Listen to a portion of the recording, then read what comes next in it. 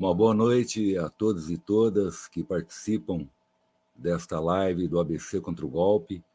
Hoje nós temos aqui o tema Crises e Hegemonias, História em Processo, que é um trabalho do nosso querido Leonardo Severo, que é um pesquisador acerca do tema, e traz para nós aí o fruto da sua pesquisa, não é? Em forma de livro, que muito nos ajuda a entender muitas das relações que existem dentro do capitalismo.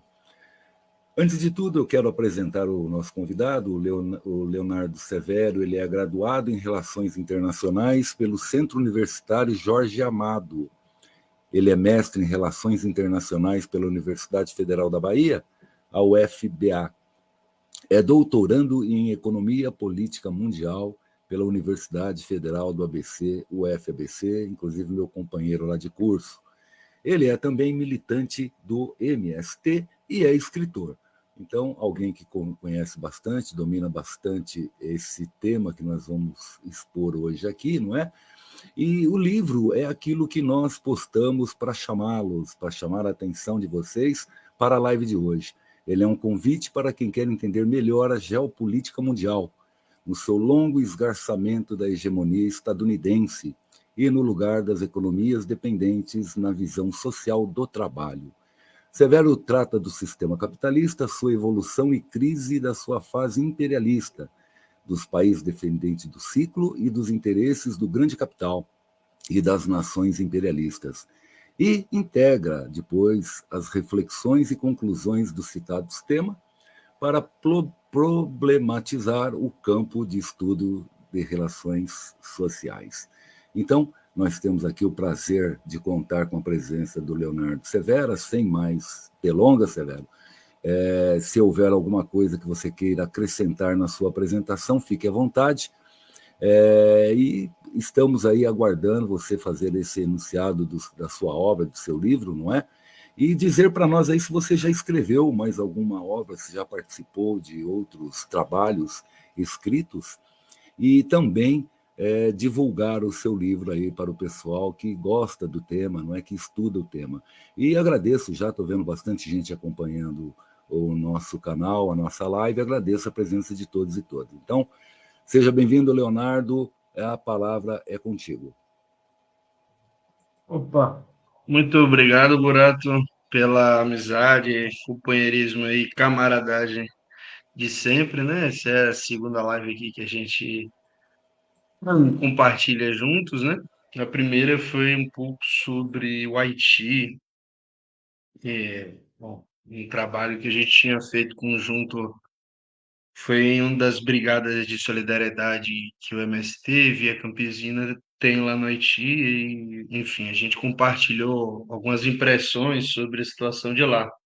E nessa agora a gente vai debater um pouco aqui rapidamente sobre as crises e hegemonias, né? História em processo. Bom, eu gostaria de fazer esse agradecimento especialmente ao FABC contra o golpe, né? Em nome do Burato, mas também gostaria de agradecer tanto a companheira Juliane Furno, que fez excelentes comentários, fiz algumas revisões em torno do que ela comentou, e também a professora Rosa Maria Marques, que fez a apresentação, inclusive essa aqui o Burato leu.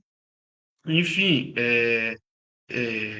o livro, ele, na verdade, é uma síntese de diversos processos, né? Assim, que a partir de um processo de participação em vários cursos de formação, em debates dentro de organização, de um conjunto de organizações, né?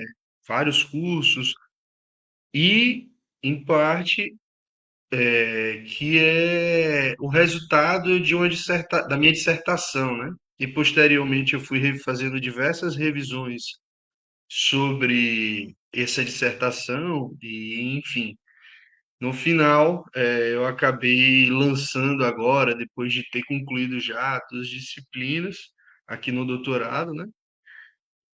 Mas assim, ele tem essa questão acadêmica, mas, sobretudo, a origem dele está ali no debate que a gente foi fazendo entre os movimentos sociais, que constrói o projeto popular para o Brasil. Então, é uma síntese, né? Que, assim, eu assumo as responsabilidades pelos erros, né? Por mais que a gente sabe que os acertos e erros muitas vezes também são coletivos, mas nesse caso eu assumo os erros principalmente, porque é a síntese do processo que eu acabei escrevendo, né? E, enfim, é um debate coletivo, mas a síntese, a sistematização desse processo foi minha, por isso que eu pego os erros para mim. Bom, isso posto, né? Feitos os agradecimentos devidos, eu primeiro, assim, vou começar aqui, né? Para quem não teve a oportunidade ainda de ver o livro, é esse o livro. Ele, eu começaria principalmente, né, pelos títulos. Aqui tem um conjunto de títulos. O primeiro deles, inclusive, já fazendo um outro agradecimento, que é a editora Expressão Popular. Eu agradeço a editora Dialética por ter feito a publicação e a editora Expressão Popular por publicar livros revolucionários. Entre eles está Marx, Engels e Lenin, de Florestan Fernandes, né? Um livro que ele escreve, o qual leva também o subtítulo História em Processo. Porque eu utilizei esse subtítulo também, né? Por dois elementos centrais, né? Isso é um livro da expressão popular, Marx, Engels e Lenin, História do Processo. Por duas questões. Uma, os capítulos, principalmente os capítulos que eu vou desenvolver do primeiro ao terceiro capítulo, principalmente, é um processo histórico. Primeiro ao terceiro capítulo. É um processo de revisão histórica em que vai ter um debate X, que eu já vou entrar nesse tema. Mas para falar sobre história em processo, para eu fazer esse debate, eu iniciei, vamos dizer assim, fazendo o debate do método, para eu pensar e projetar como é que eu iria escrever os demais capítulos. E esse debate do método, inclusive, é algo assim que ele está em aberto, está em processo de construção. Eu, inclusive, revisei ele algumas vezes e depois, inclusive, de já ter publicado, apesar de ser recente, descobri algumas coisas que eu não vou dizer que está errado, mas que eu utilizaria termos diferentes. Por exemplo, hierarquia de categorias, eu poderia utilizar o termo de determinação das categorias. Enfim, esse debate sobre o método era algo que eu já vinha pesquisando, e nesse livro, Marx, Engels e Lenin, de subtítulo História em Processo, no capítulo 4, tem o debate que Florestan Fernandes faz sobre o método. E o interessante não é que eu fiz um copia e cola, de maneira alguma. Eu li, que ele coloca ali, busquei anotei todas as fontes que ele utiliza e fui ler todas as fontes que ele sintetizou ali no método. E, a partir disso, além de outros estudos que eu tinha feito, eu também acabei fazendo a introdução. Essa introdução, salvo engano, ela tem 6 páginas. Mas, para mim, sinceramente, é a parte mais difícil do livro. Assim, né, para, vamos dizer, a pessoa ela vai começar a ler o livro e tal, aí ela começa do começo, né? Aí ela começa na introdução, que é uma questão mais difícil, aí às vezes ela empaca. Então não pare aí, se você quiser pular, inclusive, para o primeiro capítulo. Primeiro, segundo, terceiro capítulo são mais simples, vamos dizer assim, né? Porque é mais um processo de descrição histórica. Mas a introdução é um debate que a gente vai tentar ali tocar sobre o método, e inclusive eu utilizo um diagrama, uma imagem que é de um outro livro também da expressão popular do camarada marxista Henrique Dussel, num livro que ele tem Produção Teórica de Marx. Então, ali foi alguns dos materiais que eu utilizei, assim, para além de alguns outros, né, que eu tinha lido, mas que você vai ter um debate mais preciso sobre o método. Enfim, avançando para que a gente tenha mais tempo, né, de diálogo. Aí, no primeiro capítulo, eu vou fazer um debate sobre a formação sócio-histórica do capitalismo e sua fonte originária. Eu começo esse livro ali utilizando um livro que foi uma organização do Eric Hobsbawm sobre as formações econômicas pré-capitalistas. E vou tentar, a partir dali, né? Eu já vou identificando, como já tinha identificado anteriormente na introdução, a categoria trabalho como uma das categorias centrais de análise. Por isso que, inclusive, eu coloco que, dentre o que eu tive acesso sobre debates do método, o materialismo histórico dialético é o qual eu, vamos dizer assim, tenho uma, uma maior concordância. E uma delas, sem sombra de dúvidas, é essa centralidade da categoria trabalho. E por que isso é interessante? Porque ao longo desse primeiro capítulo, eu vou utilizar como uma segunda referência, também, né? Ali a partir do segundo momento do primeiro capítulo, que seria o processo de acumulação original, pegando o texto de Marx, o capítulo 24, principalmente ali do Capital, volume 1, e fazer esse debate mais sobre a teoria do valor, né, no Capital. E, em seguida, eu vou entrar em um livro que eu faço muitas críticas a ele, que é o livro O Longo Século XX, do Giovanni Arrighi. É um livro que eu acho que ele tem as suas falhas, certo? Ele tem suas... que é, inclusive, uma das coisas que eu vou debater no primeiro e segundo capítulo, que é um pouco dessas falhas, mas ele também tem alguns acertos, que eu acho interessante a gente acertos, vírgula, né? A gente vai avaliar se está acertado nos próximos anos. Mas, enfim, ele traz elementos importantes para a gente tentar avaliar a conjuntura atual. Uma das questões que ele traz é esse processo dos ciclos históricos, né? Os ciclos hegemônicos. A compreensão que ele tem de hegemonia é diferente da que eu tenho, mas ele traz elementos interessantes para a gente compreender os ciclos históricos, que para ele a origem do capitalismo é no ciclo genovês, que é em torno de 1200 a 1500. Em seguida, o ciclo holandês, para enfim considerar o ciclo inglês, né? O ciclo genovês, holandês e o inglês. Para Marx, a gente compreende que o início efetivo, vamos dizer assim, do modo de produção capitalista, é quando existe a revolução industrial, né? Quando começa o processo, né, maior de desenvolvimento dos meios de produção. E essa relação do trabalho como criador original de valor é uma coisa fundamental que o Marx ele vai trabalhar. E o Arrighi, ele, quando ele vai compreender esses dois períodos anteriores, ele desconsidera, vamos dizer assim, né? Porque ele, muitas vezes, para ele, a origem é principalmente a relação com o capital financeiro, ou melhor, os processos de crise e, principalmente, o alavancar do capital financeiro.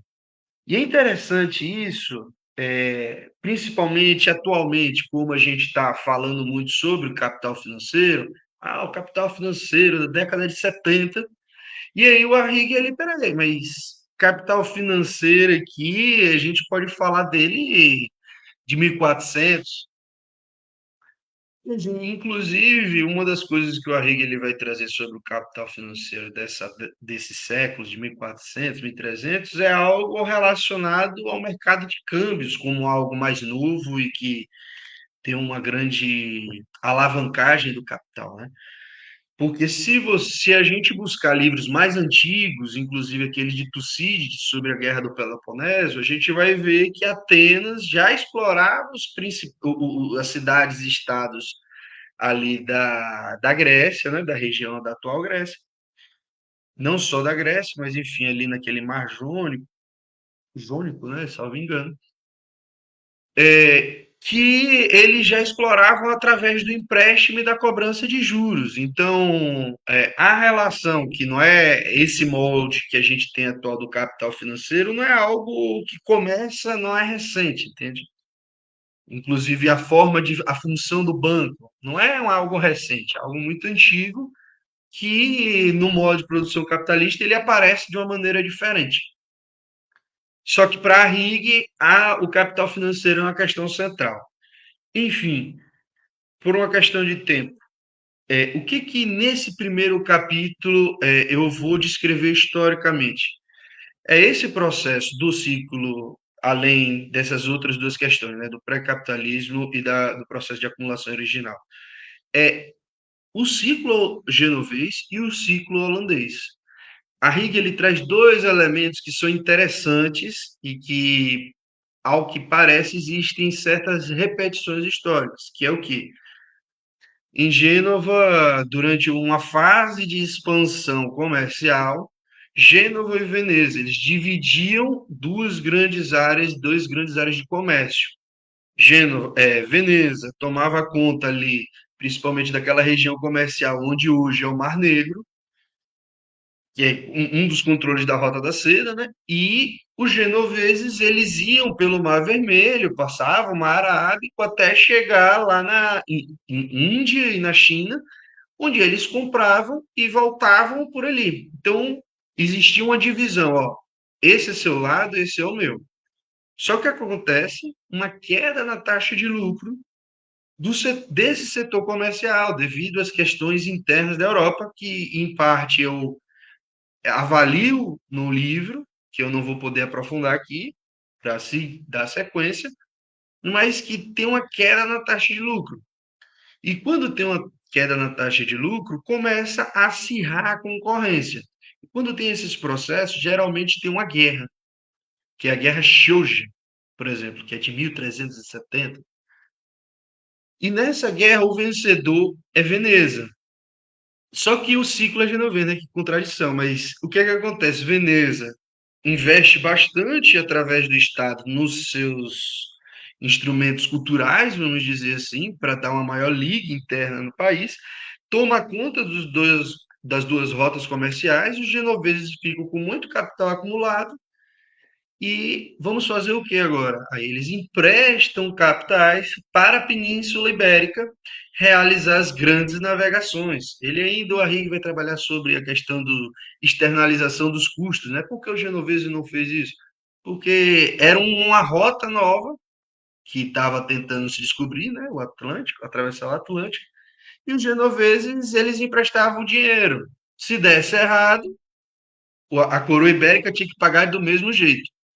E aí os genoveses eles conseguiram, né, fazer esses empréstimos ibéricos, conseguiram chegar nas Índias Ocidentais e extraiu muito metal. Esse metal vinha para a colônia, a coroa ibérica, que pagava seu empréstimo para os genoveses, e os genoveses ficavam com muito metal precioso.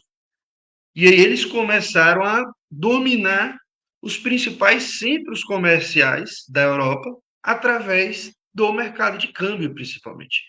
Porque como eles tinham uma moeda assim muito consolidada, eles tinham que era ou a prata ou o ouro, eles podiam fazer esse câmbio nos diversos locais. E não só podia, como eram os únicos que tinham a autorização da coroa ibérica para realizar, né, esse câmbio nessas grandes feiras. Em outras também. Lembrando que isso era a época do feudalismo, que você tinha vários feudos com várias moedas diferentes. Então, a partir daí, o que começa a crescer é a taxa de lucro no setor financeiro. Quando tem um processo de modificação da taxa de lucro do comercial para o financeiro, o Arrighi ele vai chamar de crise sinalizadora. Aí vai começar, vai continuar a hegemonia, vamos dizer assim, esse ciclo hegemônico dos genoveses, com através do capital financeiro. E depois de anos e anos, a Holanda, inclusive, que estava dominada pela coroa ibérica, que era financiada pelos genoveses, começa a fazer algo tipo como arroxo invertido e começa a recentralizar capitais através de pirataria. O arroxo invertido era literalmente pirataria. E através dessa pirataria eles conseguiam juntar capital e construíram aquele grande centro que até hoje é Amsterdã, como um centro comercial de, na época, eles comercializavam, oh, me faltou aqui, é algo, se eu não me engano, é o trigo, mas são grãos, né? Que eles têm muita tradição, aqui me fugiu agora da memória. E eles têm um grande comércio disso, eles conseguem estocar e vender na queda da safra, ou seja, eles vendiam quando o preço estava mais alto. E começa a fazer a volta da taxa de lucro no setor comercial a ficar mais alta. E nesse retorno da taxa de lucro no setor comercial ficar mais alta, a Holanda começa a se tornar essa nova hegemonia. Quando tem essa transição e além de tudo, nesse mesmo contexto, estava começando a ter uma queda na taxa de lucro do setor financeiro, é sempre um processo assim. Sobe a taxa de lucro no setor comercial, está ali a hegemonia, daqui a pouco começa uma queda na taxa de lucro no comercial e uma subida do financeiro. Aí é a crise sinalizadora. Daqui a pouco, depois de anos, vem a queda na taxa de lucro do financeiro e a subida de volta do setor comercial com a maior taxa de lucro. Aí, quando isso ocorre, tem essa transferência de hegemonia para a Holanda. E nesse processo de transferência de hegemonia para a Holanda começa a constituir, inclusive, a primeira bolsa de valores com pregão permanente na Holanda, em Amsterdã, e eles utilizavam a VOC, que era a Companhia das Índias Orientais, a que fazia todo o comércio, né, da região ali da Holanda para as Índias, né, ali o que eles chamavam de Indochina. Então, eles controlavam a Indochina e o comércio. Aí, essa empresa VOC era a que o chamatriz, né, para a Bolsa de Valores, e as pessoas investiam. Então, começa também a voltar, por causa de guerras internas, que está mais detalhado no livro, eu vou ter que passar um pouco mais rápido, começa a voltar uma queda na taxa de lucro do setor comercial, já com a Holanda, né, na hegemonia, e volta a ter uma subida da taxa de lucro no setor financeiro, principalmente com a Bolsa de Valores. E aí começa uma crise sinalizadora que só vai terminar com a subida da taxa de lucro no setor produtivo. E aí acaba o primeiro capítulo, porque eu vou fazer essa diferenciação seguindo como Marx fez, que era o modo de produção capitalista, ele é um modo de produção, assim, a vinculação trabalho e produção, a criação de valor, é um dos debates centrais do Capital, sobre a origem da criação de valor. E, inclusive, é interessante mostrar que nesse período anterior até o crescimento exponencial da Europa, da Inglaterra, com a Revolução Industrial, eles comercializavam. Grande parte da produção deles não era ali, inclusive dos genoveses, eles compravam a produção de algum outro local. E tem duas fontes que eu cito, que, inclusive, pelas pesquisas que fizeram, uma delas é o professor Renildo, se eu não me engano, o outro é o próprio Arrighi, que comenta que ali até o final do século XVIII, quem tinha mais capital acumulado era os chineses, final do século XVIII. Então a Europa ela surge como uma hegemonia mundial, esses ciclos hegemônicos holandês e genovês era uma hegemonia regional, vamos dizer assim, né? O ciclo hegemônico mundial ele começa principalmente a partir da Revolução Industrial e o ciclo inglês. Que é isso que eu vou entrar no segundo capítulo. Aí no segundo capítulo eu vou fazer essa mesma coisa, sabe aquela subida da taxa de lucro do setor comercial, depois queda da taxa de lucro e subida do financeiro? A gente agora muda de comercial para produtivo. Tem uma subida da taxa de lucro no setor produtivo e daqui a pouco começam a queda da taxa de lucro no setor produtivo e uma subida da taxa de lucro no setor comercial.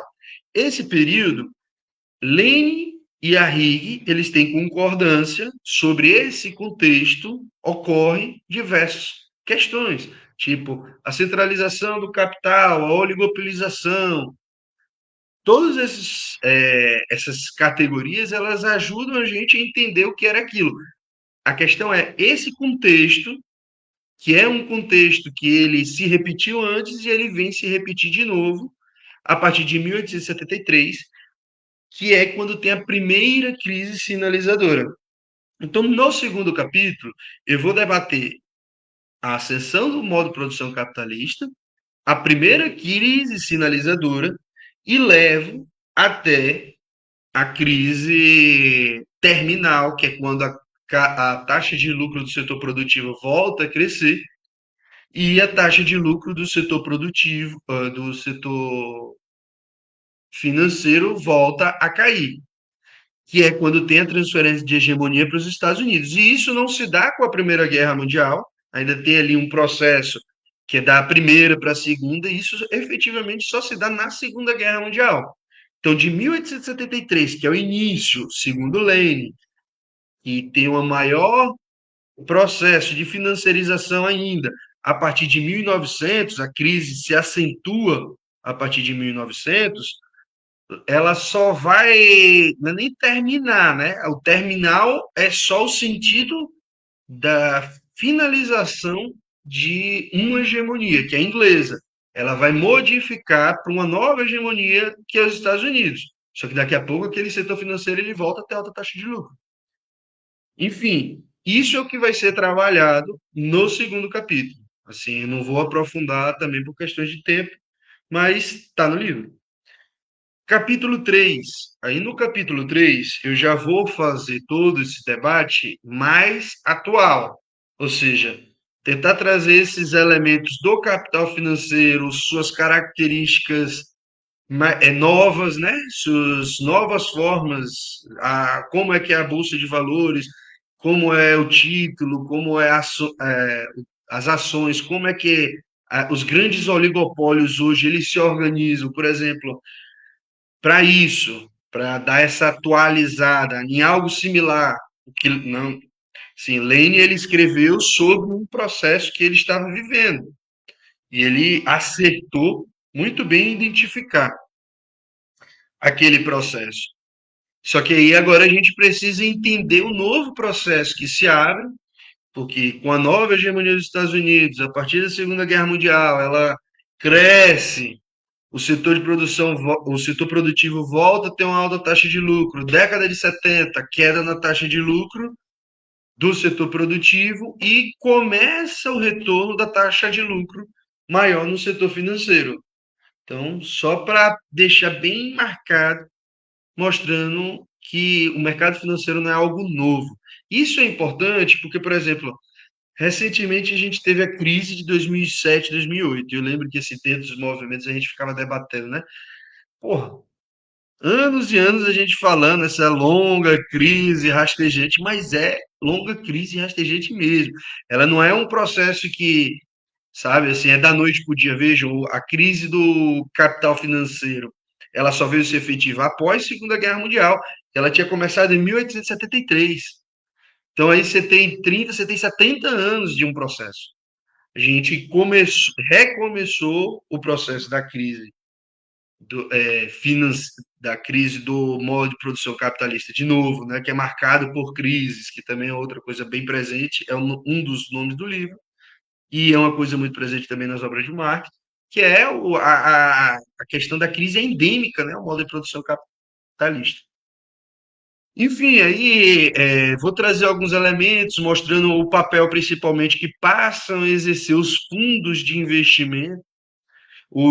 E para isso, para fazer essa atualização, tentar avaliar esse capital financeiro mais novo, a partir da década de 70, eu utilizo como uma das principais referências o Chesnut, no seu livro Mundialização do Capital, e a companheira Swand, que ela é da Monfort Review. Então, traz elementos muito interessantes, ambos. Eu utilizo mais do Chesnut, até porque ele traz uma quantidade de dados imensa, inclusive parte das tabelas, tudo isso dele lá, eu trouxe para o livro também, para deixar com base em dados, né? Não é uma interpretação, não é só teoria, teoria, teoria, a gente precisa de teoria e mostrar os fatos, né? Até para se dizer marxista, a gente precisa de fatos, né? Enfim, então eu vou trabalhar diversos aspectos, como o capital financeiro se organizou, os aspectos gerais dessa mundialização, as engrenagens da economia mundial, o investimento externo direto, a mesma identificação que Lenin faz lá atrás sobre os investimentos externos diretos, os grupos industriais, as tecnologias e as novas velhas formas de utilização do Estado para alavancar o processo de financiarização. Partindo para o capítulo 4, então, assim, o capítulo 4 aí é quase que uma segunda parte do processo, né? A gente tem uma primeira parte, essa segunda parte é uma parte importante, porque quando a gente vai avaliando os processos de hegemonia, a gente sempre utiliza, vamos dizer assim, o sujeito principal como sendo os países do centro, porque eles eram as hegemonias daqueles períodos. Só que o modo de produção capitalista, já não só o modo de produção capitalista, mas ele organiza e estrutura estruturalmente, né, essa relação centro e dependentes, que é importante a gente olhar o que veio acontecendo dentro desse processo de hegemonia do capital produtivo, financeiro e tal, nos países do centro, como é que isso vem aparecer nos países dependentes. Então, aí no capítulo 4, eu vou fazer uma revisão histórica de alguns autores que dão subsídios para a construção da teoria marxista da dependência. Então, eu trago Marx, Rosa Luxemburgo, Lenin, Trotsky. O Trotsky ele tem aquela tese de desenvolvimento desigual e combinado, né? Uma tese interessante. Lenin também já tinha percebido no imperialismo, Rosa também, que é sobre acumulação de capital. E no próprio Capital, Marx ele já trata isso, salvo engano, no capítulo 8 da Jornada de Trabalho. Enfim, então você tem esses autores e o Kwame Nkrumah, que ele faz uma avaliação, traz alguns elementos importantes para a gente avaliar a África também, né, como uma região em que o capitalismo dependente ele se fez de uma forma, inclusive, mais violenta, né? Tanto que uma das categorias que ele utiliza é a balcanização. Enfim, tá ali rapidamente, eu acho que é importante avaliar isso. E depois eu entro nesse mesmo capítulo, que é o capítulo 4 sobre a dialética da dependência, e aí trago mais o que Rui Mauro Marini e Jaime Osório falam sobre a teoria marxista da dependência, né? Algumas concepções gerais nesse primeiro momento.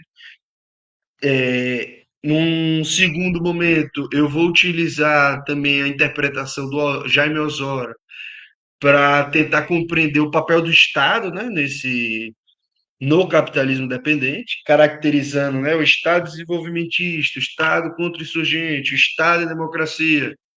Compreender qual é o papel do Estado nesse processo, né? Enfim, eu utilizo o Estado como um instrumento, vamos dizer assim, né, de classe, não é um agente, para deixar bem taxado. Mas, enfim, é um pouco disso. E ainda nesse capítulo 4, para não ficar no, vamos dizer assim, em geral, eu trato categoria por algumas das categorias centrais do capitalismo dependente. E aí, por exemplo, transferência de valor, como uma categoria central, a cisão nas fases do ciclo do capital.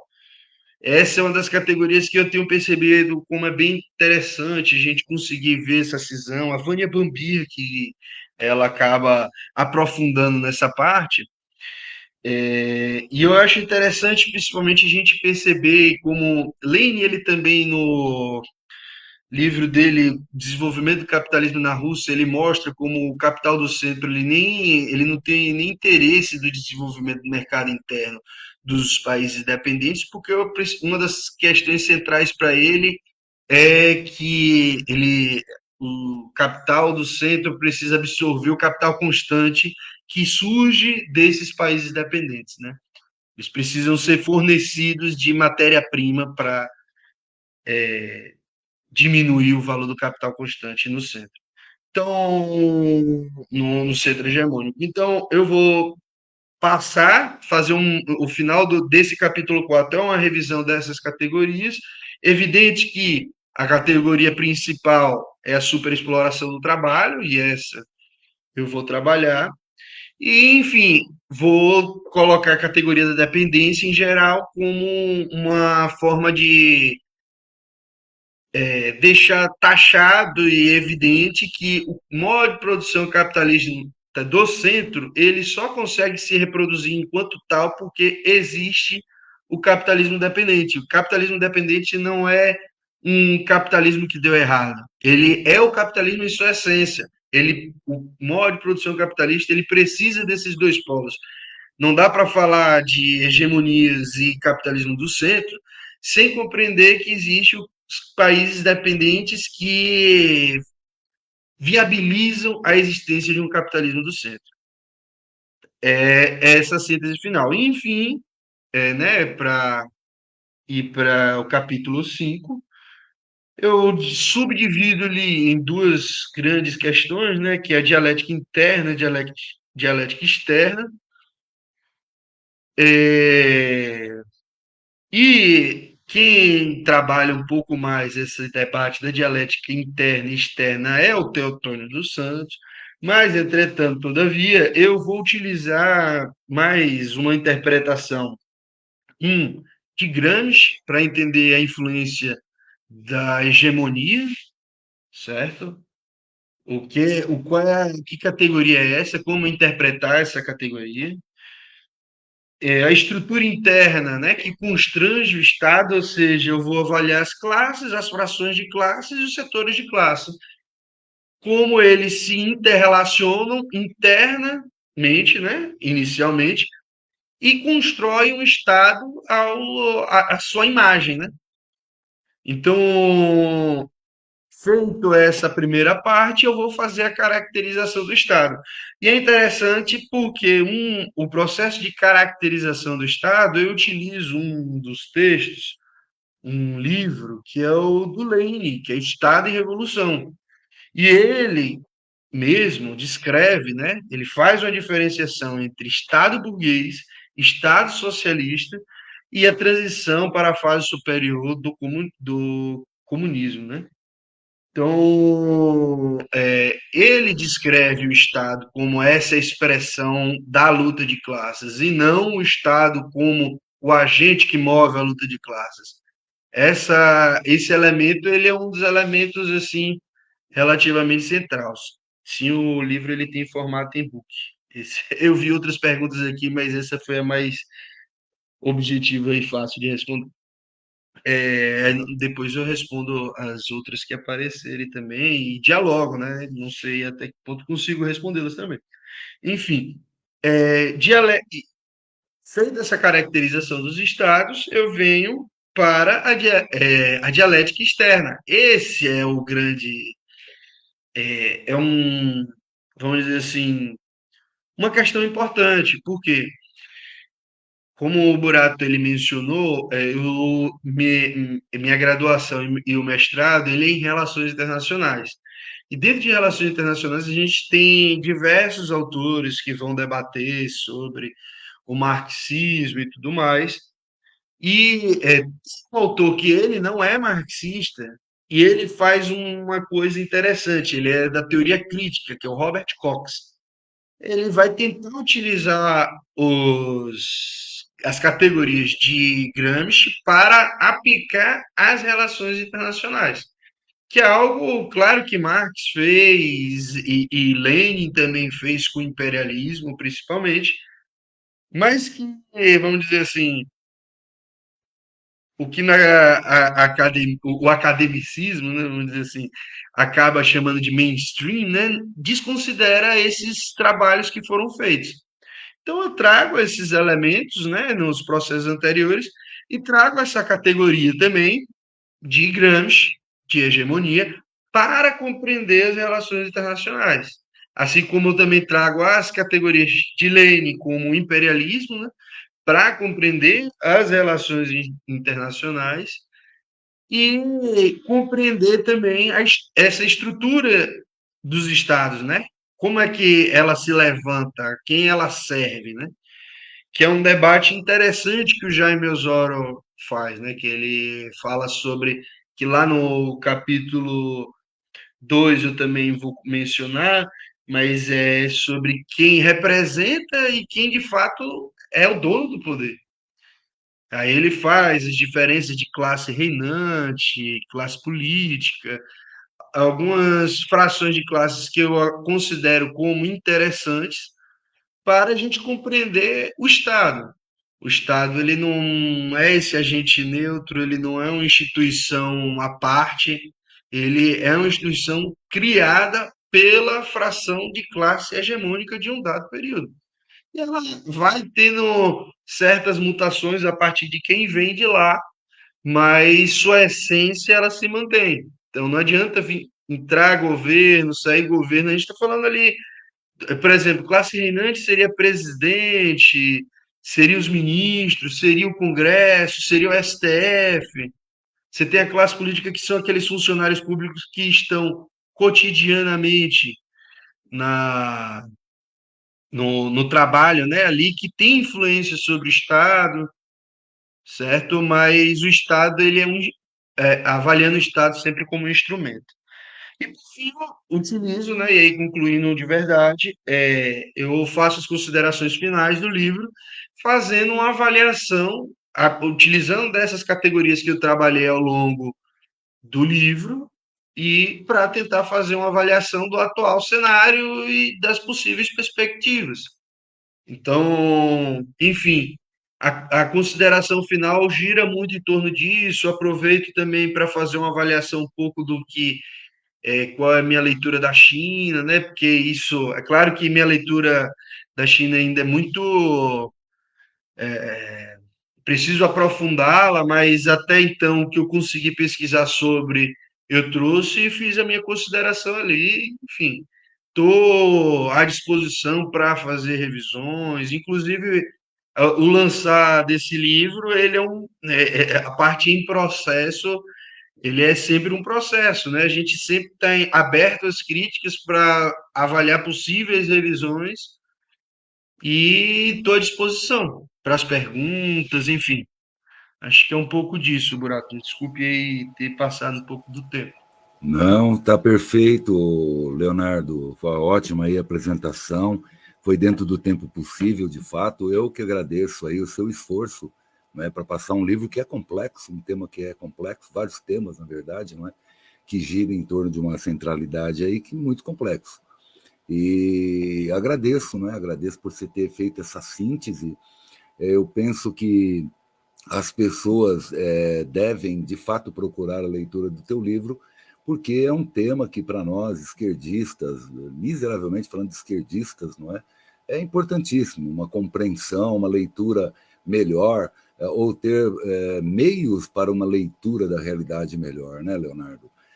Nós sentimos aí diversos problemas dentro das discussões dentro da esquerda, de uma forma geral, inclusive muita gente afastado do tema, afastada da discussão. Vivemos um momento aí em que a palavra socialismo meio que se tornou maldita, infelizmente, até dentro de muitos núcleos da esquerda, não se fala mais essa palavra, como se ela contaminasse, como se ela desqualificasse movimentos e por aí vai. Infelizmente, isso é um outro tema, um outro debate, enfim.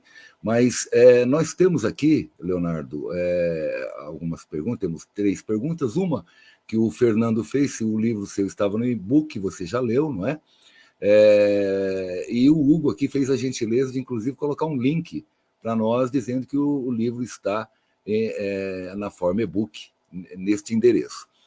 Eu coloquei aqui também como acessar esse livro direto na editora Dialética, não é? Coloquei o link aí para aqueles que estiverem interessados, e nós pedimos até para que divulguem também para outras pessoas que possam desejar ter contato, ter acesso aí a essa literatura. Mas, antes de fazer as perguntas, camarada Leonardo, até para você tomar um fôlego aí, eu quero agradecer a participação de todos e todas que estão aqui, do Carlos Wellington, que está sempre conosco aí. Carlos Wellington, camarada, muito obrigado aí, e sempre aquela força para os teus esforços dentro dessa luta do movimento antirracista, né? Estamos juntos aí, camarada, muito boa sorte aí na sua movimentação. Ao Fernando Gebler, que sempre está conosco também, obrigado, Fernando, aí pelo apoio. Também a Neuza Aparecida Pérez, a Neuzinha Pérez, que é presidente da Profib. E lembrando aí que o Leonardo estará conosco aí também numa live na Profib, fazendo a abordagem do livro, sobre uma ótica um pouco diferente dessa apresentação que foi colocada aqui. Então, eu já convido todo mundo para assistir essa live aí, que nós vamos falar um pouco de filosofia também, né, Leonardo? Algumas questões aí da filosofia. Então, eu quero aí mandar um grande abraço para a Neuza, da Profib, presidente da Profib. Temos também a Elizabeth Gebler, que é uma grande companheira que está sempre conosco também. Obrigado aí pelo apoio. Beth é uma grande estudiosa também, interessada nesses assuntos, viu, Leonardo? Ela tem muito interesse, ela está sempre conosco, principalmente quando o tema gira em torno do marxismo. Também cumprimentar.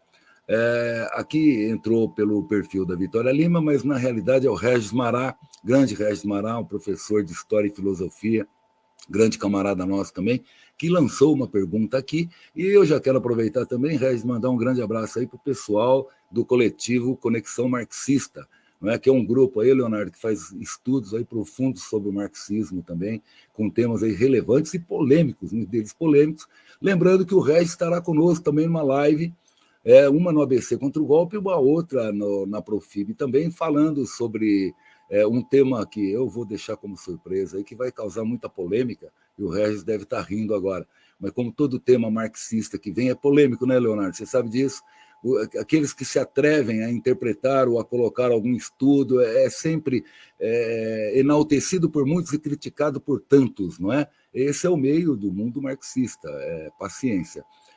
Também um grande abraço a Selma Leite, que está conosco, da Profesp, é dirigente da Profesp.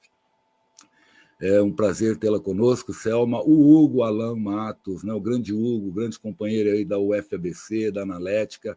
Obrigado aí, Hugo, pela participação, pela pergunta. Tá bom? Depois temos que conversar aí sobre essas traduções do Dussel, para quem sabe conversarmos aqui mesmo na nossa live e divulgar para as pessoas. O Aldo Santos, também vice-presidente da Profib, grande companheiro Aldo Santos, seja bem-vindo, Aldo. A professora Isabel Rodrigues, a grande professora Isabel Rodrigues, a pré-candidata em Santo André, inclusive, que traz aí para nós um projeto, viu, Leonardo, que é muito interessante, fala sobre educação, um Educar pela Vida, que é um projeto que, inclusive, pensa na filosofia desde o ensino básico, né, lá para o município, um projeto que pensa a educação de uma forma diferenciada, até se opondo aí a esse movimento conservador que nós temos aí. Obrigado, professor Isabel Rodrigues, um grande abraço, um prazer tê-la conosco aqui. Vamos ver se quem mais, o Petros, grande Petros Sauros também, um outro companheiro de luta aí antigo, temos aí o Petros, ele tem um programa, um podcast muito importante, que é o Fundo de Quintal, também que ele faz lá em Santo André, um programa muito bom, Leonardo, depois eu te passo o link, Se você puder divulgar também, participar, é muito interessante o programa que ele faz lá, trazendo sempre coisas interessantes a quem é da esquerda, especialmente, não é? Vamos ver se nós temos mais alguém aqui para a gente cumprimentar. É que passando aqui fica difícil até de ler, não é? Vamos lá. Vamos às perguntas, então, o meu camarada Leonardo. A primeira pergunta é do Hugo. Deixa eu só achar ela aqui. Está aqui. Você já leu o livro Hegemonia e Estratégia Socialista, de Ernesto Laclau e Chantal Mouffe? Se sim, o que achou? Essa é uma pergunta dele. Depois nós temos uma questão levantada pelo Regis Mará, que está aqui. Você entende que em O Capital, Marx teria mudado sua compreensão sobre o papel do Estado? Este não estaria a serviço da valorização do valor? Essa é a questão do Regis. O livro sobre o e-book já foi respondida, mas se você quiser falar mais alguma coisa, também fique à vontade. E é isso, meu camarada. Se você puder, então, falar sobre alguma coisa, eu acrescentaria, Leonardo, já para aproveitar, até por causa do tempo, eu gostaria que você fizesse algum comentário, meu amigo, sobre toda essa compreensão marxista, sobre toda essa evolução, esse processo histórico, até quando nós chegamos aí no capitalismo dependente, e colocar qual é o seu parecer acerca do Brasil, o que nós podemos identificar em tudo isso? Existe algum ponto específico e notório que nós podemos identificar toda essa parte teórica para o Brasil? Então, seria isso. Fica à vontade, então, para as respostas, meu amigo. Ótimo, bom, agradeço as perguntas e a interação. Eu vou começar aqui sobre a questão do e-book. Eu agradeço aí o companheiro que já compartilhou, inclusive, o link. E para quem é de São Paulo, assim, é claro que grande São Paulo, às vezes, para você conseguir enviar o livro é mais difícil. Como eu moro aqui em São Paulo, talvez eu tenha alguns livros também e que posso fazer aí até uns 20% de desconto no valor do livro. Então eu coloquei inclusive no, eu estava aqui escrevendo porque eu estava colocando nos, aí, tá vendo? Apareceu aí até meu número. E aí, caso alguém também tenha interesse, pode estar fazendo contato por aí, eu envio o livro pelo grande, pelo um representante aí do capital internacional, que é a Uber. Enfim, essa é uma questão. A segunda questão é sobre o livro. Infelizmente, eu não li, certo? Então, não tenho nem como comentar sobre, porque eu não li o livro que o companheiro fez a pergunta. A segunda é sobre assim, veja, no Capital, Marx, ele debate esgarçamente, vamos dizer assim, ele aí como é feito o processo de valorização do capital. É claro que o Estado ele contribui no processo de valorização do capital. Só em momento nenhum existe uma negação a isso. Mas afirmar isso não é compreender o Estado como um agente do processo. E essa é uma questão assim que o Estado ele é um instrumento fundamental para o capital. A dívida pública, por exemplo, só daí o que ele contribui para aumento da taxa de lucro é, é imenso. Agora, a criação de valor, bom, pode ser que em algumas estatais, certo? Exista esse processo de criação de valor, porque a Vale, por exemplo, antes a Vale era uma empresa estatal. E ela produzia minério, existia todo um processo de criação de valor ali, certo? Então, mas tudo isso, ele é utilizado como uma forma de fazer o capital ele se movimentar. Ele não, são poucos estados, por exemplo, a China. Ah, mas a China tem utilizado largamente do Estado. É verdade e tal, mas isso não quer dizer que seja socialismo. Por exemplo, o que eu estava comentando sobre o ciclo holandês, quem alavancou a primeira bolsa de valores com pregão permanente foi a VOC holandesa, foi uma empresa estatal, mas ele estava instrumentalizando o processo de criação de valor por parte dos capitalistas. São as classes, o Estado, ele é um instrumento. Tem um texto que eu acho que é interessante, inclusive que muitas vezes as pessoas falam muito de Marx, é claro, porque Marx é Marx, né? Mas esquecem de Engels.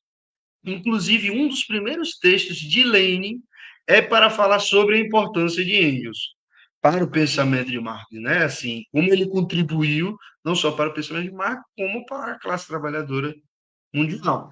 E é um texto que também está aí entre os livros da expressão popular, que é Dialética do Trabalho 1, é uma organização do professor Ricardo Antunes, que é um texto sobre a transformação do macaco em homem. É um dos primeiros textos do Engels. E ele vai mostrando a importância, como existia um processo de crescimento da produção, cresce a população. Daí que esse crescimento da produção ele se dá pelo desenvolvimento dos meios de produção que possibilita o crescimento da produção, que também tem como consequência a possibilidade de ter uma maior população, e aí se cria a possibilidade, ou melhor, a necessidade de uma melhor linguagem, e aí vai rebuscando o processo da linguagem. Então, porque alguns debates mais atuais que vão fazer, tentar hierarquizar as categorias, falar como se Marx e Engels não tivessem feito certos debates que fizeram, que é sobre essa questão da determinação das categorias, e mostra uma determinação central que existia na parte econômica, né? No, e a política é a estrutura e a superestrutura que surge, vamos dizer assim, ao reflexo do que é a estrutura, entende? Então, essa estrutura, ela é conformada por classes sociais e surge essa superestrutura ao reflexo, né? A imagem dessa estrutura. Essas classes sociais que constroem o Estado para manter um padrão de reprodução do modus operandi do capital e anteriormente de outros modos de produção, né? Porque, por exemplo, aí até para não ficar engessado, o modo de produção capitalista, o modo de produção feudal, o modo de produção escravista, o modo de produção comunal, eles são modos de produções que foram vistos por Marx. Tem autores, tem uma contribuição muito interessante que é do Jacob Gorele, que ele vai falar sobre o modo de produção escravismo colonial, para avaliar como foi o processo no Brasil. Enfim, então, eu não vi isso em Marx em momento algum. No Capital, ele dá essa priorização ao Estado. Eu vejo muito mais no Capital e nos outros diversos textos, né? Porque é claro que Capital é a obra-prima de Marx, né? Mas Marx escreveu demais. É muito difícil você conseguir ler tudo que ele escreveu. Então, em várias outras você vê qual é o posicionamento dele sobre isso, inclusive e principalmente no método. Essa é a questão de método. E, bom, aí nesse livro do Florestan vocês podem encontrar todas as referências, mas tem ali, né, salvo engano, o prefácio da contribuição da crítica à economia política, o pós-fácio da segunda edição do Capital, volume 1. Tem outros locais também que agora de memória eu não estou lembrando todos, mas você vai encontrar ali na introdução. Comentário sobre o Brasil. Aí, Burato, você me quebra, viu? Rapaz, olha, atualmente a situação é assim, eu acho que é difícil a gente fazer uma análise de conjuntura do Brasil descolado com análise de conjuntura mundial, né? Vamos dizer assim. E a crise do modo de produção capitalista está dada, ela é longa, rastejante e prolongada, sim. Teve um maior processo, uma crise mais drástica a partir de 2007, 2008, que foi a crise do sistema, uma nova crise do sistema financeiro, né? Porque ele já tinha tido outros, mas dessa vez foi uma crise no centro da hegemonia do capital internacional, que é os Estados Unidos. Então, teve isso, e então, a partir de 2007, 2008, você vai começar a ver movimentos espontâneos, que não é mais tão espontâneos assim, mas tem uma certa espontaneidade das massas, como o Lênin sempre chamou a atenção, mas quem estava mais organizado para a espontaneidade quando as massas saíram às ruas nesse primeiro momento, e quem estimulou, inclusive, que as massas saíssem às ruas, foi o imperialismo estadunidense. E quando você tem um processo de, sabe assim, o que aconteceu na Primavera Árabe é um absurdo sem tamanho. Mas assim, a Líbia, a Líbia era o país com o maior índice de desenvolvimento humano da África, o país assim mais desenvolvido da África em termos econômicos e sociais. O IDH da África da Líbia era melhor do que o do Brasil, nesse período que Gaddafi, o ditador sangrento, governava. Então, quem nascia lá tinha um recurso que o Estado ia colocando, e quando completasse 18 anos, todos os cidadãos e cidadãs da Líbia tinham direito. E o que atualmente está acontecendo na Líbia é guerra civil. Foi a expansão desses grupos terroristas do Estado Islâmico que nasceu do Iraque após a guerra dos Estados Unidos contra Saddam Hussein, quando o Saddam Hussein ele controlava o território, ele tinha vários problemas, ele controlava o território. Com a ausência de Saddam Hussein, várias partes do território ficou descoberta e parte da origem do Estado Islâmico é através da exploração de petróleo e venda no mercado paralelo. Então, fruto daquela guerra que os Estados Unidos promoveu contra a, o Saddam Hussein, o Iraque ali, pós o atentado das Torres Gêmeas. Aí eu tô falando, a Primavera Árabe. Depois disso aí, a gente ainda teve a guerra que passou para a guerra na Síria. Aquela guerra foi uma guerra assim sem tamanho, que tudo que eles acusavam não acontecia. Mas foi uma guerra importante, porque foi uma guerra que finalmente, assim, me desculpe, mas o que está acontecendo na Ucrânia é defesa dos russos. É só defesa. Porque se não para a OTAN chega na China pela Rússia, que eles já tentaram fazer isso, né?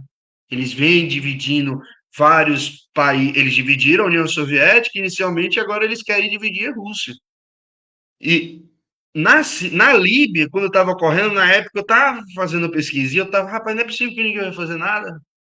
Quando vem a Rússia e a China e auxilia, principalmente a Rússia, mas a China também auxiliou a Síria, Irã também, a ajudar a Síria, pô, finalmente alguém vai, sabe assim, dizer, pera aí no imperialismo, né?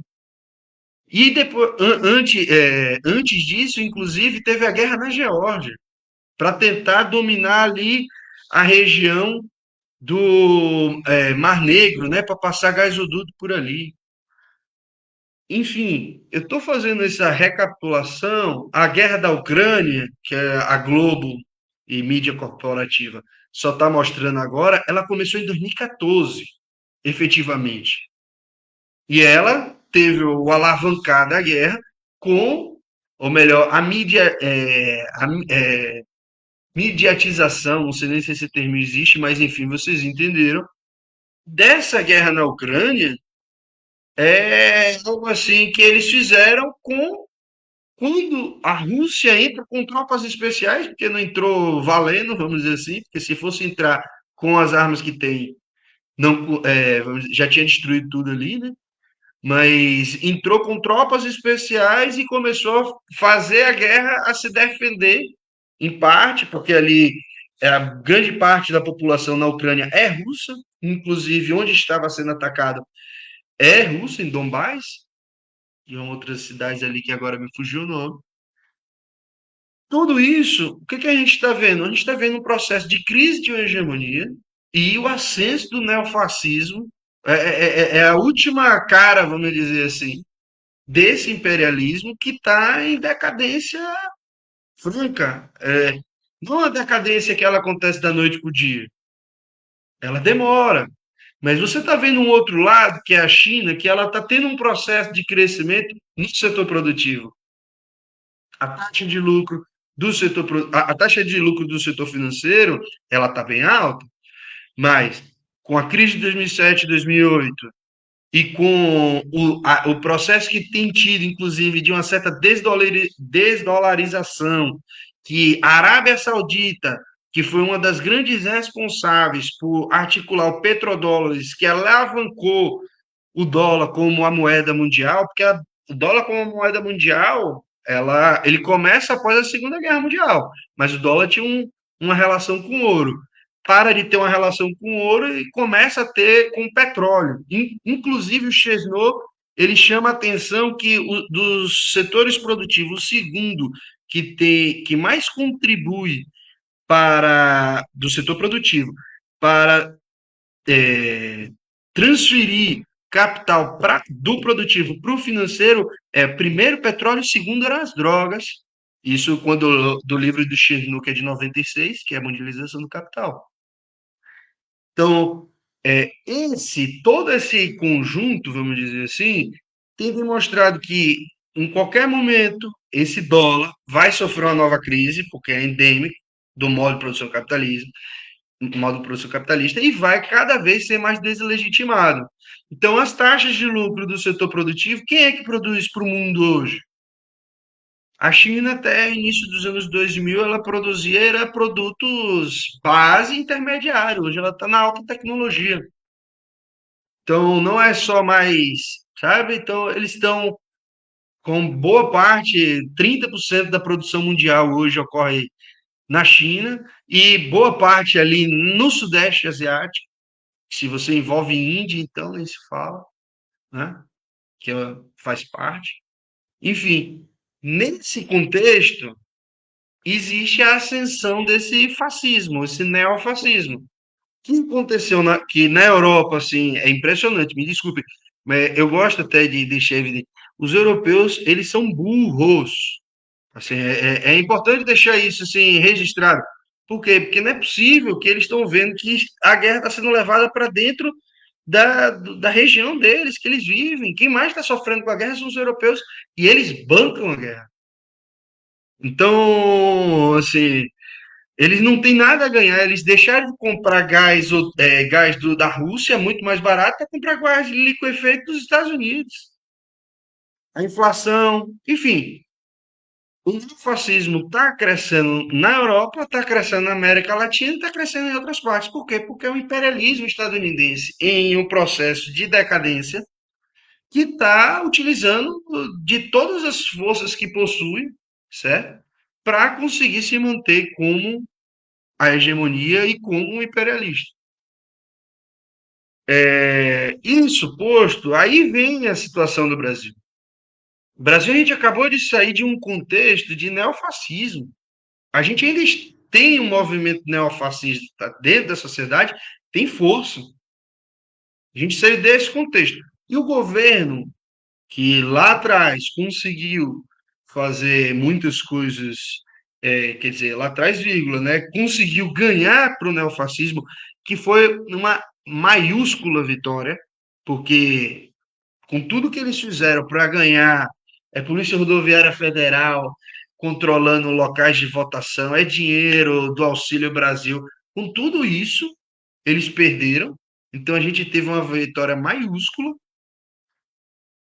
Aí vem, eu acho que tem, vamos dizer assim, o governo, ele tem tentado acertar, né? Tentando ser bonzinho com o governo. Acho que teve erros lá do início, por exemplo, manter Arthur Lira como presidente da Câmara, coisa que Lula mesmo falava que quem era Bolsonaro era o presidente decorativo, quem mandava era Arthur Lira, o cara que geria o orçamento secreto.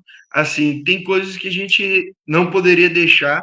E aí o governo ele ficou 2 anos com esse cara colocando o pé no pescoço do governo. O orçamento, durante os golpes que tiveram do neofascismo com Temer, que é um demônio, e depois vem Bolsonaro, com os cortes que tiveram com esses dois aí, que aí começa emenda parlamentar, emenda de bancada, só isso aí absorve. Antes representava 4% do orçamento. Hoje, que eram distribuições de emenda pelo executivo, a partir do governante de então que faria essa distribuição. Não era constitucional. Hoje é constitucional. Se o presidente ele não distribuir essas emendas parlamentares, impeachment, na mesma hora. Então, é obrigatório. O governo ficou sem recurso. Eu acho que é importante o governo perceber que 1.0, 1.0, 2.0 e 3.0 fez a fórmula de tentar o bolo crescer para toda a população ter acesso, que é importante, mas que precisa ir sem medo de fazer isso, porque o capital ele não deixa de fazer isso, utilizar do Estado para contribuir na organização da classe trabalhadora. E isso eu estou falando enquanto marxista, mas se você não é marxista, é o Estado organizando a cidadania, sabe? São questões básicas que a gente não tem. Cidadania, sabe assim? Estava fazendo uma pesquisa recente sobre analfabetismo, sobre pessoas que nunca foram na escola. Hoje, no Brasil, no Nordeste, 25% das zonas rurais, 25% dos. Não é nem pessoas que estão desempregadas, eu estou falando de estabelecimentos em que os proprietários do estabelecimento nunca foram à escola, é 25%. Então, é cidadania, uma questão básica, assim, sabe, que o Estado burguês bonito criou. Mas, na nossa leitura, precisa construir força social, organização de base, fazer trabalho de base, tem que ter recurso para isso. É claro que a partir de iniciativas de trabalho e renda é fundamental, a gente precisa resolver o problema concreto do povo, não dá para a gente ficar só de blá blá blá, mas é importante que o governo ele perceba que não dá mais só com a fórmula de fazer o bolo crescer. Ele tem que incentivar a população a se organizar, incentivar em discurso, mas tem o discurso ele puxa, né? Mas a prática arrasta, né? Como o pessoal chama. Então ele tem que conseguir investir para a criação, fortalecimento de organizações da classe trabalhadora. Sem isso, vai vir uma nova onda aí em 2013 e a direita, que tem a mídia corporativa, ela vai falar abobrinha o dia inteiro na cabeça do povo e o povo vai comer. E daqui a pouco tem golpe na Dilma, e ninguém sai na rua para ver que está tendo um golpe. Enfim, acho que o Brasil, ele não. Respondendo assim, né, dialogando com sua pergunta, Burato. O Brasil ele está numa situação em que ele está nesse contexto, certo? A gente tem que cobrar do governo. Acho que as duas principais cobranças do governo são essas. Tem que fazer um certo enfrentamento, certo? Com a direita ali, que não está fácil, né? O Centrão está dominando. O Centrão é só direitosa ali, né? Então tem que fazer algum nível de enfrentamento, mas não adianta também a gente ficar esperando que o governo resolva todos os problemas. Isso é prioridade que a classe trabalhadora que tem que resolver isso. Dialogando, inclusive, com a pergunta feita, não dá para esperar do Estado. O Estado ele vai alavancar processos, ele vai esse instrumento do Estado, quem está lá tem que compreender que qual é o projeto que defende. E compreendendo o projeto que defende, que não seja nem só olhar para o seu pessoal e falando de projeto do país, tem que chegar, ó, tem que defender quem está. Projeto de país que a gente está defendendo. Coisa básica. Para depois falar de projeto da classe trabalhadora, socialista, revolucionária, né? Um projeto de país básico, a gente tem uma dificuldade de defender porque tem que reagir ao mercado.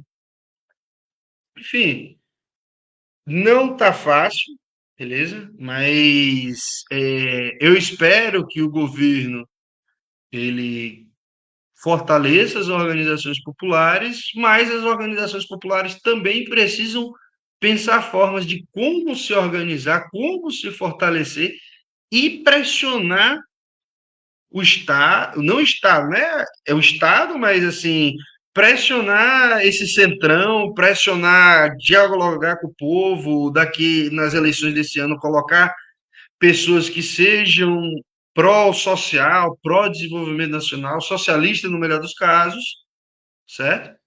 E a mesma coisa num próximo período. Mas é reivindicar, é fazer ocupação, é ocupar espaço público, é ocupar espaço privado também, que não, na verdade, muitas vezes é até uma apropriação do privado sobre o que é público ou uma apropriação indevida. Enfim, tem que lutar. É organização, formação e lutas, a velha forma. É isso. Beleza, Leonardo, agradeço aí as suas considerações acerca do tema, não é? De fato, é uma relação. O Brasil é parte de um todo, não é? E dentro de tudo que há, de toda essa relação entre norte e sul global, nós perdemos conforme perde o norte, mas na proporção do sul, não é? Para nós é sempre pior, se formos ver. Bom, mas é, nós já temos aí 1 hora e 17 minutos de live, já estamos com o tempo estourando, não é? Porém, o Hugo colocou aqui mais uma questão para você que gostaria que você respondesse, não é? E depois já fizesse as suas considerações finais e a despedida e agradecimento a esse público que nos assistiu, Leonardo. Ele diz o seguinte: sem querer colocar o Leonardo Severo na fogueira, e só se der tempo, e deu, né? Ainda temos aí uns 3 minutos. Você acha que entre as interpretações leninistas e trotskistas de Marx, o Marx mesmo se perde, principalmente aqui no Brasil?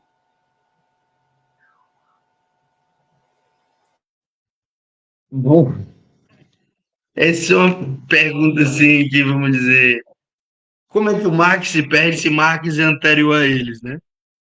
Então, não tem como Marx se perder sobre os escritos de Lenin e Trotsky, compreendendo que Trotsky e Lenin leram ele, né, para poder formular sua teoria. Então, não entendi, sinceramente, bem a pergunta. Eu acho, Leonardo, viu, Leonardo, que você me der licença, eu acho que ele coloca assim, que diante das interpretações que tem, as interpretações leninistas e trotskistas, né? Não exatamente de Lenin e Trotsky, mas daqueles que o seguem, daqueles que são influenciados e que muitas vezes julgam compreender o autor sem, contudo, não compreendê-lo, não é? Mas diz assim que dentro dessa perspectiva, dessas interpretações, a essência de Marx se perde. Olha, eu não acho que a essência de Marx ela se perde, principalmente entre os leninistas, né? Compreendendo que eu me considero um deles. Mas, assim, o que eu acho interessante, principalmente no estudo do método, é compreender como o marxismo ele também tem as suas falhas, certo? Principalmente em diversos temas, né? Diversos. Por exemplo, no Capital, por diversas vezes, Marx ele vai falar dessas diferenças de exploração entre o homem, a mulher e a criança. Ele fala, inclusive, do processo de exploração nesse Jornada de Trabalho, inclusive eu faço a citação, agradeço até ao camarada Mário Soares Neto, que ele que me indicou esse local. Eu tinha lido, mas não tinha me tocado, né? E ele chamou a atenção para isso, eu fui lá dar uma revisada, é um pouquinho interessante. Então, tem um debate que Marx já faz lá sobre os processos de colonização. Eu acho fundamental o estudo do método, sabe? Porque com o estudo do método, a gente não vai deixar de olhar para a realidade da classe trabalhadora, que tem diferenças, A questão, por exemplo, como eu já comentei, em relação à questão da mulher, a questão da exploração étnica, né? Que aqui no Brasil a gente vai falar muito sobre a questão da exploração do povo negro, mas em outras regiões, em outras partes do mundo foi a exploração dos hindus e por aí vai. Então, você tem um processo de exploração étnica que é endêmico também, é estrutural nesse modo de produção capitalista, é funcional para o capital, com as diferenciações salariais que você paga menos. Simples. Uma questão que eles utilizam para ter uma taxa de lucro maior. E tudo isso, como método, você não deixa de lado, sabe? Então, parte do marxismo hegemônico, a minha principal crítica é essa. E, inclusive, quando surge, né, diversas outras teorias que querem se ver representadas, é por causa dessas falhas de muitos marxistas que esconderam parte desses textos de Marx. Marx, inclusive o governo da Bolívia, recentemente, ele publicou um estudo, os estudos etnográficos de Marx. Ele publicou um livro gratuito, os estudos etnográficos de Marx. Então, sabe assim, esses textos, eles não só não foram publicados, como eles foram escondidos, literalmente. E todas as vezes que a classe trabalhadora e suas diversas expressões tentavam trazer à tona esses elementos, fazem parte da formação socioeconômica de cada país. Todas as vezes que a gente tentava trazer, que, for, é, que tentaram trazer isso, era trollado, era secundarizado, era marginalizado. Então aparecem outras teorias, inclusive durante um tempo eu trabalhei, né, pesquisando editais para a gente conseguir construir alguns processos aqui dentro das organizações para que a gente conseguisse ter acessar o capital para poder tocar a organização, né? E tinha alguns sites, para eu não ficar aqui fazendo a propaganda do site, mas tinha alguns sites que tinham um conjunto de trabalhos, editais, né, para acessar recursos. Todos eles estavam numa linguagem pós-moderna.